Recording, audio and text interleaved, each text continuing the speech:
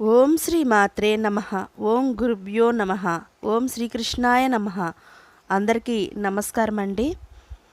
ఈరోజు మనం ధనుర్మాసం ప్రారంభమవుతోంది. అంటే 17/12/2023 ఉదయం నుంచే ధనుర్మాసం మొదలవుతోంది. ఈ ధనుర్మాసంలో చాలామంది తిరుప్పావై వ్రతం చేస్తారు. ఈ తిరుప్పావై అంటే ఏమిటి, ఈ వ్రతం ఎలా చేయాలి, అసలు ఈ వ్రతం గొప్పదనం ఏంటి, ఈ ధనుర్మాసం మొత్తం ఎవరిని పూజించాలి అన్న విషయాల్ని ఈ వీడియోలో చూసి తెలుసుకుందాం. వీడియోలోకి వెళ్ళే ముందు ఇదే మొదటిసారి మా ఛానల్ చూస్తున్నట్టయితే లైక్ చేయండి, షేర్ చేయండి, సబ్స్క్రైబ్ చేసుకొని పక్కనే బెల్ ఐకాన్ ఉంటుంది, దాన్ని ట్యాప్ చేసి ఆల్ బటన్ క్లిక్ చేశారంటే మేము చేసే ప్రతి వీడియో మీకు నోటిఫికేషన్గా వస్తుంది. ఇక శ్రీకృష్ణ పరంధాముని తలుచుకుని వీడియోలోకి వెళ్దాం. ఓం శ్రీకృష్ణాయ నమః. తిరుప్పావై ఒక అద్భుత వేదాంత గ్రంథము. భగవంతుణ్ణి సులభంగా అందించగలిగే సాధన మార్గం ఇది. తిరు అంటే శ్రీ అని అర్థం, పావై అంటే పాటలు లేక వ్రతం అని అర్థం. కలియుగంలో మానవ కన్యగా జన్మించిన గోదాదేవిగా పేరు మోపిన ఆండాల్ భగవంతుడినే తన భర్తగా భావించి ఆయనను చేపట్టడానికి సంకల్పించిన వ్రతమే ఈ తిరుప్పావై వ్రతం. ధనుర్మాసంలో చేసే వ్రతం కనుక దీని ధనుర్మాస వ్రతం అని చెబుతారు. మనకు మేషం నుంచి మీనం వరకు 12 రాశులు ఉన్నాయి. సూర్యుడు నెలకో రాశిలో ప్రవేశిస్తూ ఉంటాడు. దీన్నే సంక్రమణం అంటారు లేదా సంక్రాంతి అంటారు. ఉదాహరణకి సూర్యుడు మేషరాశిలో ప్రవేశిస్తే మేష సంక్రాంతి అవుతుంది. ధనురాశిలో ప్రవేశిస్తే ధను సంక్రమణం అంటే ధను సంక్రాంతి అవుతుంది. ధనురాశిలో సూర్యుడు ఒక మాసం ఉంటాడు కనుక ఆ మాసాన్నే ధనుర్మాసం అంటారు.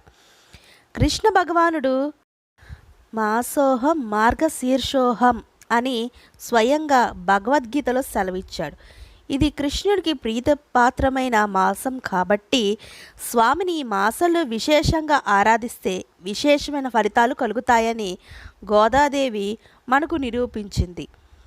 మనకు ఉత్తరాయణం దక్షిణాయనం అని 2 పుణ్యకాలాలు ఉన్నాయి. అందులో ఉత్తరాయణ పుణ్యకాలం దేవతలకి పగలుగాను, దక్షిణాయన పుణ్యకాలం రాత్రిగాను పరిగణించబడతాయి.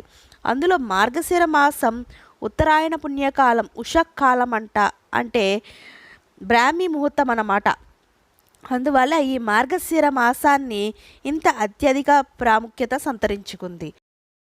ఇక ధనుర్మాసం వ్రత విషయానికి వస్తే ద్వాపర యుగంలో శ్రీకృష్ణుని పొందగోరిన గోపిక కన్యలు వ్రేపల్లెలో కాత్యాయని వ్రతాన్ని చేశారని, తాను కూడా అలాగే చేయాలనుకుంది గోదాదేవి.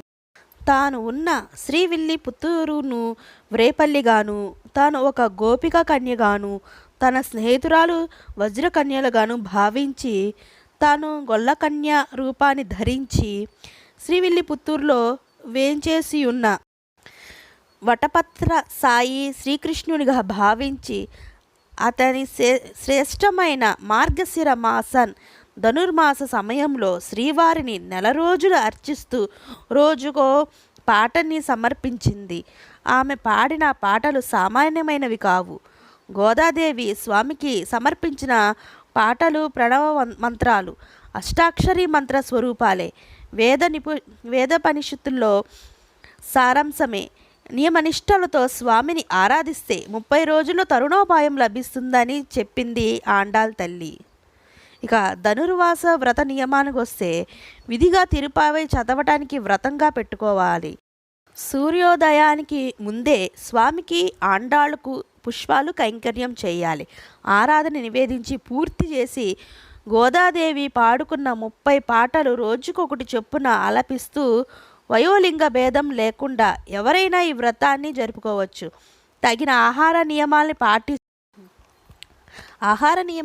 పాటిస్తూ మిత భాషణ, ప్రియ భాషణ చేయాలి.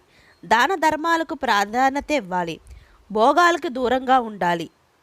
ఈ తరహా ధార్మిక జీవన విధానమే ఆధ్యాత్మిక ఉన్నతికి సోపానం. ప్రతిరోజు బ్రాహ్మీ ముహూర్తంలో నిద్రలేచి చన్నీటి స్నానం చేయాలి. తిరుప్పావై దివ్య ప్రబంధనాన్ని శ్రీ లక్ష్మీ అష్టోత్తర సహిత విష్ణు సహస్రనామ స్తోత్రం, గోదాదేవి అష్టోత్తర పారాయణం చేయాలి. ఈ వ్రతం నియమ నిష్టలతో ఆచరించే వారికి ఎటువంటి ఆటంకాలు కలగవు. ధనుర్మాస వ్రతాన్ని ఆచరించుకోరేవారు మహావిష్ణువు విగ్రహాన్ని బంగారంతో కానీ వెండితో కానీ రాగితో కానీ చేయించుకుని ఈశాన్య భాగంలో మండపాన్ని సిద్ధం చేసుకోవాలి.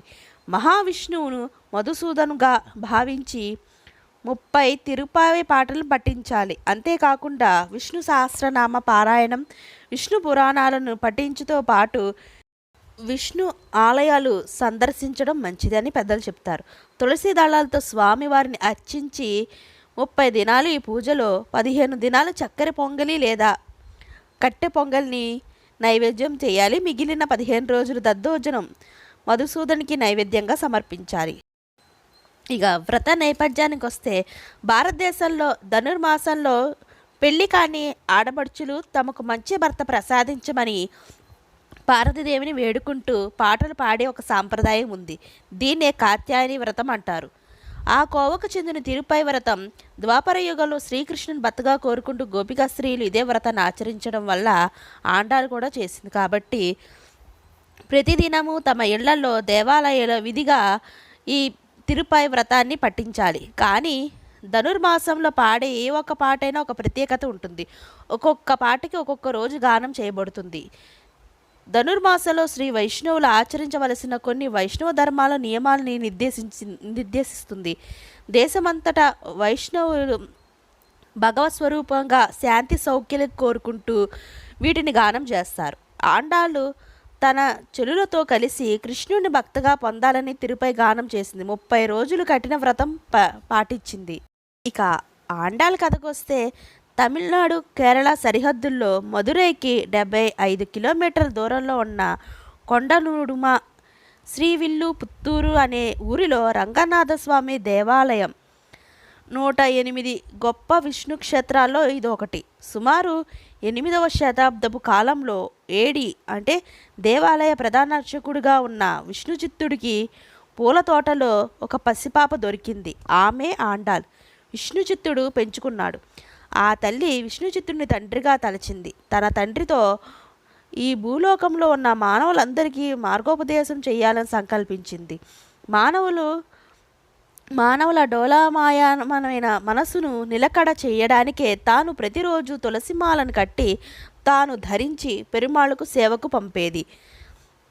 ఇది తెలియని విష్ణుచిత్తుడు ఎంతో భక్తిగా పెరుమాళ్కు కైంకర్యంకి వెళ్ళేవాడు. కానీ తేజోమూర్తి మన కోసమే అవతరించిన అమ్మవారి అనురాగాన్ని, తండ్రి దయాహృదయాన్ని లోకానికి తెలపాలి కదా. అందుకే ఆ తల్లి ప్రతిరోజు తాను నాడు రేపల్లె గోపికలు ఆచరించిన కాత్యాయని వ్రతాన్ని చేయడానికి తన తోడి కన్యలందరినీ పోగు చేసింది. వారిని తోడు తీసుకుని రంగనాథు దేవాలయానికి వెళ్ళి ప్రతిరోజు రంగనాథుడిని అర్చించేసేది. తాను పాడిన తిరుపతి పాటలను తోటి వారి చేత పాడించేది.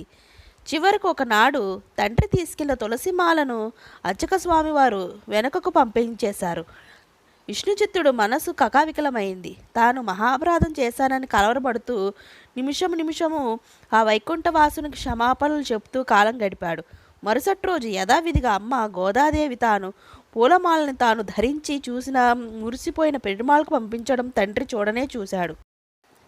ఎంత అపరాధం జరిగినది చెంపలు వేసుకుంటూ కన్నీరు ధారాపాతంగా కారుతుండగా తానే స్వయంగా పూలమాలను తెంపి తులసిని ఏరి మాల కట్టి పెరుమాళకు తీసుకెళ్ళగా ఎర్రని కళ్ళతో తీక్షణంగా చూస్తూ ససేమేరా ఆ మాలను ధరించలేదు పెరుమాళ్. మరింతగా దిగులు పడిన విష్ణుచిత్తుని చూచి తన భక్తుల బాధను భరించలేని రంగస్వామిని దర్శనమిచ్చి, విష్ణుచిత్త చింతించకు, నాకు నీ తనయ అల్లి ధరించిన ఇచ్చిన పూలమాలలే నాకు ఇష్టమైనవి. వాటిని నేనే ప్రియంగా ధరిస్తాను కనుక నీవు వాటినే తీసుకునిరా అని చెప్పగా విస్తుబోయిన విష్ణుచిత్తుడు అపరాకృపా సాగరుడైన భగవంతుణ్ణి నోరారా కీర్తిస్తూ, తండ్రి నా తనయ్య నీవే చేపట్టాలని పట్టుకుని కూర్చుంది. ఇక నీదే భారం అంతా అని తానే తులసిమాలను నేను నీకు సమర్పించుటాను స్వామి అని చెప్పాడు.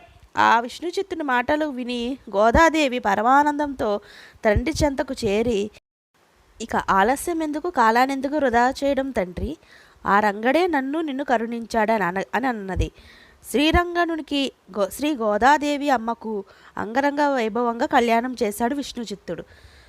అందుకే ఆ సంగతిని స్మరించుకుంటూ ప్రతి ధనుర్మాసంలో కన్యలందరూ స్మరిస్తూ వాకిళ్లకు అందమైన ముగ్గులను అలంకరించి స్వామి ఆగమనానికై 1000 కళ్ళతో ఎదురుచూస్తారు. నాటి నుంచి కేవలం శ్రీవల్లిపుత్తూరులో వటపత్ర సాయి ఆలయ ప్రాంగణంలోనే కాక ప్రతి వైష్ణవ ఆలయంలోనూ తిరుపావైలు అనుసంధించారు. గోదా కళ్యాణిని జరుపుతారు. మానవ జన్మనెత్తిన ప్రతి వారు రంగుని చేరుకోవడమే తమ లక్ష్యంగా తిరుపాయిని భక్తిగా స్మరించుకుంటారు. ఈ జ్ఞానాన్ని ప్రసాదించే జ్ఞానమూర్తి బృహస్పతి అమ్మనే. ఆ అమ్మనే గోదాదేవి. గోదాదేవి అనుగ్రహం కావాలంటే తిరుపావై ఖచ్చితంగా చేయాల్సి ఉంటుంది. ఇక తిరుమలలో కూడా ఈ ధనుర్మాసంలో శ్రీ మహావిష్ణువు లేదా శ్రీ వెంకటేశ్వర స్వామిని వారు మధుసూదనుడిగా కొలువుబడతారు. ఈ ధనుర్మాసంలో తిరుమలలో శ్రీ వెంకటేశ్వర స్వామికి సుప్రభాతానికి బదులు తిరుపావై వినిపిస్తారు. శ్రీనివాసుని వక్షస్థలం మీద ఉన్న అమ్మవార్లకు కుడివైపు బంగారు చిలకను, ఎడమవైపు పూల చిలకను బొమ్మను అలంకరిస్తారు. ప్రతిరోజు ఏకాంత సేవలో భోగ శ్రీనివాసునికి బదులుగా పక్కనే వెన్నముద్ద కృష్ణుణ్ణి శయనంపై భాగ్యాన్ని కలిగిస్తారు. ఇదండి తిరుప్పావై ప్రత్యేకత, వ్రత విధానం, వ్రత కథ. ఇదంతా మీకు ఈ వీడియో మీకు నచ్చినట్లయితే షేర్ చేయండి, లైక్ చేయండి. మరిన్ని వీడియోస్ కోసం మా ఛానల్ సబ్స్క్రైబ్ చేసుకోండి. ఈ తిరుప్పావై వేరొక కథతో మళ్ళీ మీ ముందుకు వస్తాం. అందరికీ ధన్యవాదాలు. సర్వేజన సుఖినో భవంతు.